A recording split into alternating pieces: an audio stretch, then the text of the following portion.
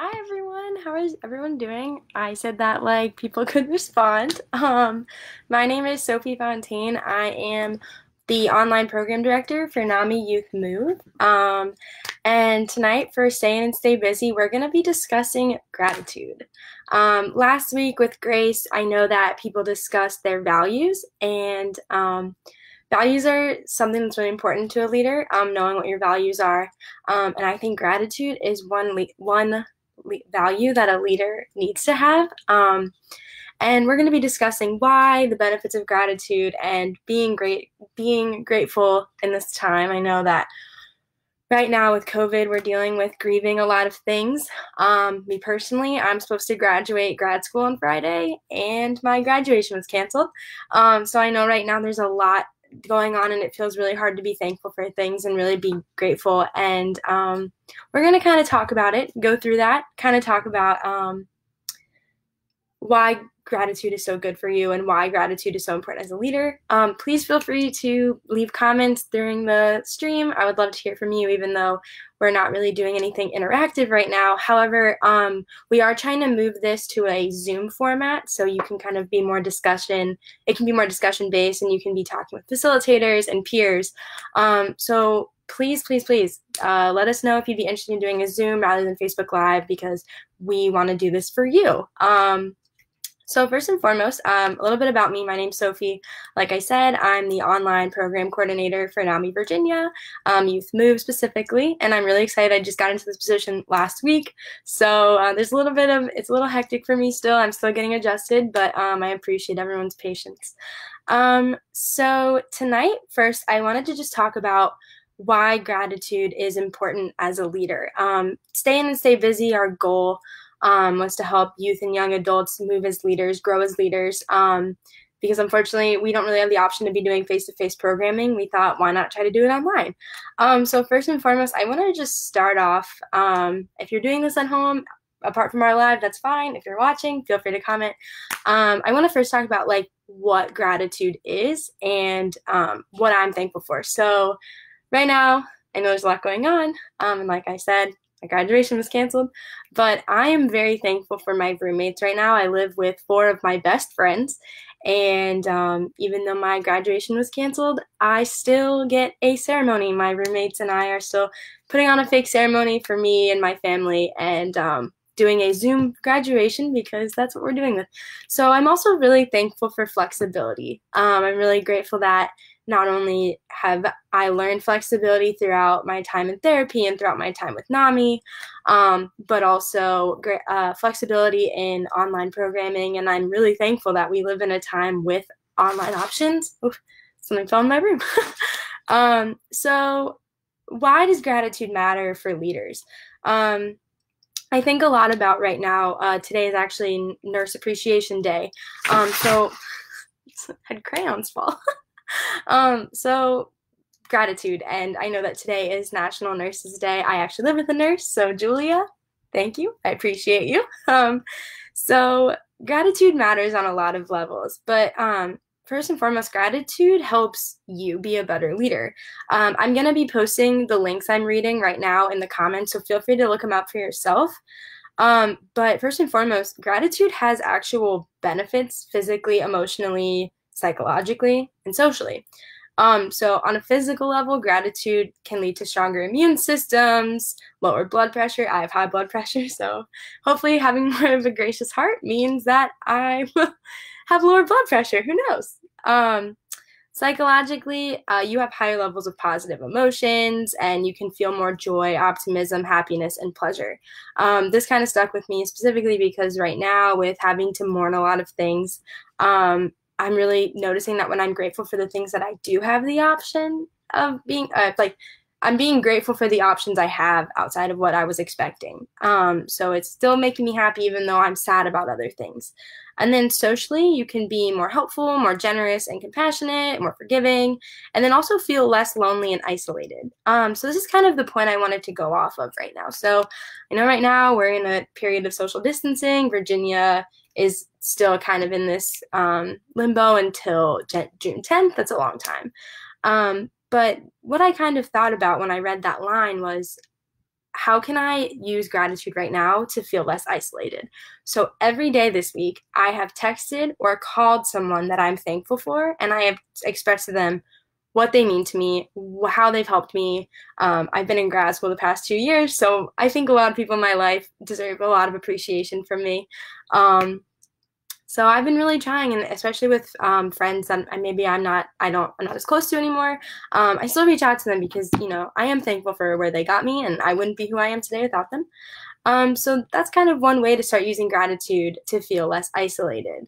On top of that, with all of those things, as a leader, when we show gratitude to the people that help us, those people will go on and show gratitude to others. And I think right now as a leader, it's really important to be open with communication and talk to people, and not, for me, my leadership style is very much so that I like to talk to people. So doing this live is kind of driving me nuts a little bit because I wish people were talking to me. But I'm the kind of leader that I love feedback. I want to hear from people, and I appreciate feedback, and it's a long time coming, but now I'm starting to get a little better about not so positive feedback. But at the end of the day, looking back, I'm really thankful that I got the feedback I got, because it's made me who I am today. So as I said, those are the benefits of gratitude. So I thought a fun activity for tonight would be making a gratitude journal. Now, I don't know about you, but my therapy, I keep a journal. This is my go-to every time I go to therapy. I spend some time afterwards to talk about what my therapist and I discussed. I'm also reading a couple books that I like to journal in here. So I'm also turning this into a gratitude journal as well. So if you're like me, I don't really like journaling. It kind of stresses me out. A blank page drives me nuts. I just would rather have a prompt and someone talk me through it. So tonight I have some prompts, and I would love if you had time tonight, take some time, maybe even with your family, or by yourself if you want to use it as a time for self-reflection, to just answer a couple of these prompts. And again, I'm going to be posting the links that I'm using in the comments, so feel free to go later if you want to. So I'm actually not going to be journaling. I'm going to be talking to you guys about what I'm thankful for and what I'm grateful for. Now these are a little different because I'm in my room alone, so some of these are a little difficult. But pretty much these prompts include a gratitude journal. Pretty much for me, I've been doing it for a while, but I never really labeled it as a gratitude journal. For me, my journal has always been the reasons I do what I do. Like I was saying, I graduated on Friday with a master's in social work. You don't just go into social work because you feel like it. There's definitely a lot of reasons behind it. So my journal has been a reminder for me. It's been one day when I was really down. I live with depression and anxiety and ADHD. And last year I was in a very hard place. I was very emotional. I couldn't get out of bed. I was in one of the most severe depressive episodes of my life. And I thought one day, all right, I'm going to change. Like, I don't want to be like this anymore. And I just don't want to be miserable. And I didn't want to drop out of grad school, but I was at the point where I was like, maybe this just isn't for me.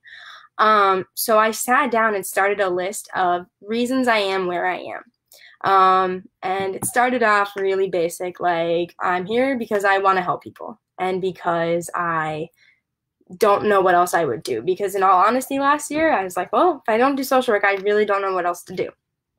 Then my list started to evolve more into, this has been my dream since I was 14. I've always wanted to have a master's degree. I do it because I want to make my parents proud, and I want to make my siblings proud. I'm one of four, so there's a lot of us.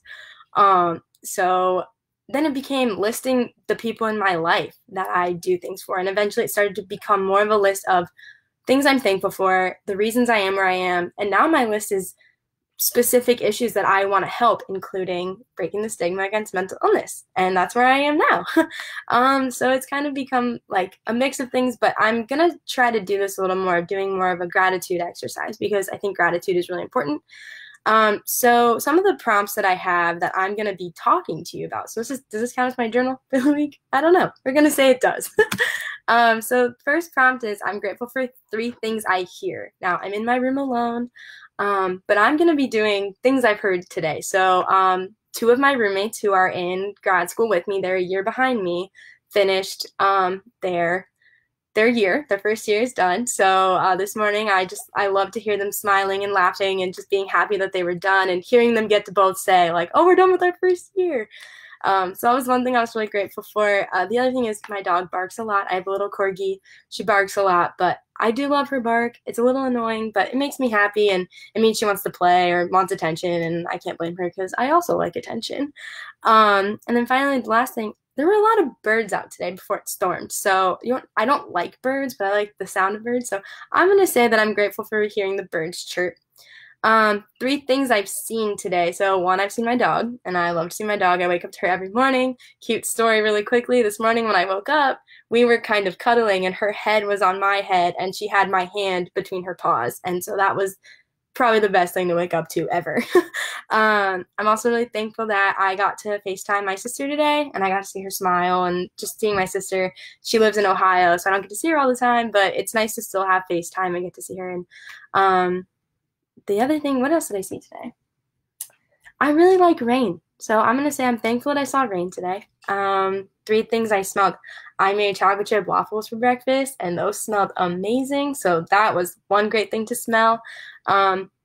It's funny, I said I like rain, but I cannot smell rain. I don't know what it smells like. My mom grew up in Florida, and she's like, "Oh, I know when rain's coming. I can smell it." I don't know what rain smells like. So I can't say I'm thankful for the smell of rain because I don't know what it smells like.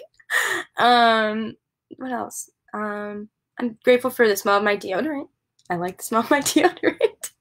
And my hair smells good today. So I'm thankful for the way my hair smells. I'm going to do one more.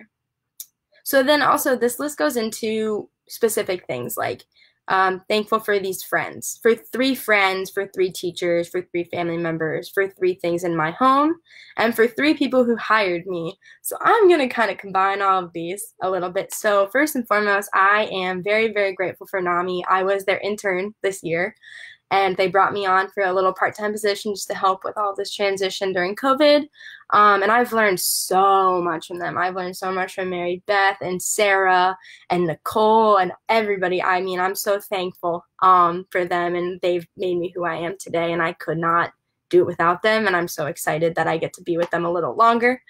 3 teachers. My 2 would be Rhonda Thyssen and Alex Wagman. They are my 2 professors that have gotten me where I am today, and I'm so, so, so thankful for them. I have so many other ones, so if I have any teachers watching, I promise I'm thankful for you too, but those are 2 specific ones that right now are really on my mind. And 3 friends, I already said my 5 roommates. I'm really thankful for them. They've gotten me here. And I'm going to also say Carly Wright. She's my best friend from home. I'm really, really grateful for her. We've been best friends since our sophomore year of high school, and we were supposed to be together this week, and now we're not, but that's okay. I can still be grateful, and, you know, we FaceTime, and we send each other TikToks, and so I like that. I'm really grateful also that technology is able to bring people together even when we're not together. And then I'll do one more. Grateful for these 3 family members. Okay, so I'm one of 4, like I said. So today I'm going to say I'm really grateful for my youngest brother, Luke. He and I FaceTimed yesterday, and he was telling me that he built a website, and he's really excited about it. He's really into Legos, and he's been trying to get me to buy a Switch so I can play Animal Crossing with him. So I'm trying to do that. But I'm really grateful for my brother, Luke, today. I'm also really grateful for my cousin, Eleanor. She is studying to be a physician's assistant in Chicago. And you know, I can't see her right now, and her school has been a little messed up, but I'm really grateful for her. She's pretty much, you know, like a sister to me. Same thing with my cousin Kelsey. She's finishing up her junior year of college, and I'm so, so excited for her, and I wish we could all be together to celebrate being done, but unfortunately we can't. And lastly, I'm going to say I'm really thankful for my grandmother. She lives in Pennsylvania, and we got to talk yesterday, and it's just really nice again to be able to connect with people even when we're not together. So those were mine. You know, you guys are my journal today. I've always wanted to be a YouTube vlogger, so maybe this is the launch of my career. So yeah, so that's just kind of what I would suggest doing today. Again, I'm going to post all these links, so I promise, like, if you would like to take time for yourself, please do. I really hope you guys enjoy doing this activity, and again, I'll be on the comments if you have questions or want to just tell me one thing you're grateful for today. And finally, just a little plug, NAMI Virginia Online Youth Move is hosting a couple online programs that we're trying to get out there. So one is next Monday, we're going to be doing a guided self-care exercise with me again, and I'm going to be helping talk you through making a self-care contract. I did one this year, and it was really fun, and I really enjoyed doing it, so I thought, why not share that with you? And then next Wednesday, we're going to, again, be doing Stay In and Stay Busy like this. I'm not quite sure what the topic's going to be yet. We're still planning that, but please let us know if you have ideas or suggestions. We're trying to do that on Zoom, like I said. So I'm going to post the registration link, so please register for next week if you're interested. And then finally on Friday, we're going to be hosting a Film and Friends watching The Spectacular Now on Netflix through Netflix Party.